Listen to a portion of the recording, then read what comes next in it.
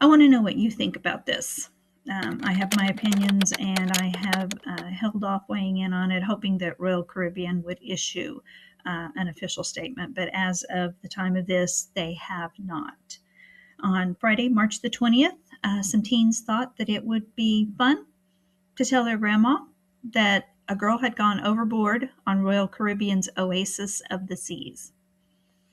I cannot fathom why they thought that would be a good idea, but immediately the captain was alerted, and he sounded the man overboard alert, turned the ship around, and asked passengers to go out onto the decks and search the seas just to see, do you see anyone? Do you see anything out there? The U.S. Coast Guard was also alerted, and they did deploy. And then it was just a prank. There's nobody overboard. And thankfully there was not.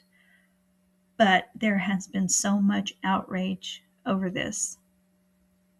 And rightfully so. People are calling for the teenagers to be banned from cruising for life. Others are saying, no, it's the whole family. It's everyone. They're all responsible. So ban them all for life. And this is Royal Caribbean, but they are affiliated with Osmara and Celebrity Cruise Lines. So that ban would encompass all of those lines as well. In addition, this is a federal offense. There is a prison term that can be added to any fines that they may get, which could be up to a $250,000 fine. Now, I don't know the age of the teenagers, but I mean, it is possible if they aren't given a prison sentence that they could still get some kind of sentence out of this. Will they hold the parents responsible? It remains to be seen. Again, I expect in the coming days we will hear something from Royal Caribbean, but I'm really curious as to see what that's going to be. I know those kids did not understand the ripple effect that this has, not only on the cruise line, but the passengers that were on that cruise line. If those passengers were smart, they purchased a travel protection plan prior to cruising. They had to turn that ship around. They spent time looking for someone that wasn't out there. That caused a delay. This was their last day of the cruise. They were at sea, sailing back to port. There's a very, very tight turnaround time. Once that ship gets back into port, they start disembarking all of the cruisers.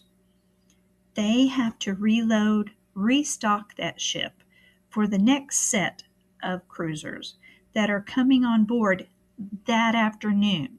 I mean, some of them can come on board even earlier than that. Okay.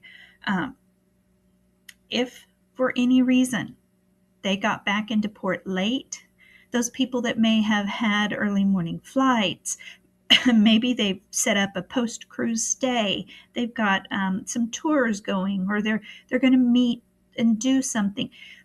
For anything that had to be delayed, if these people purchased a travel protection plan, it is possible they be reimbursed for any of those additional expenses. Hopefully that wasn't the case, but that's why you have a travel protection plan.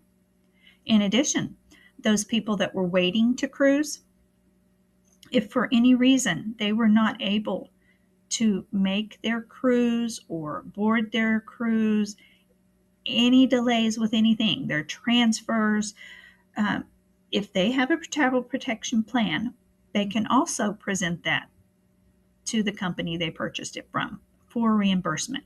And if they couldn't make that cruise for any reason related to this, it could be up to the entire cost of that cruise for everyone who was cruising. So I know those teens did not consider all of this, but as a travel advisor, these are things that I know and I understand have to happen. before and after your vacation.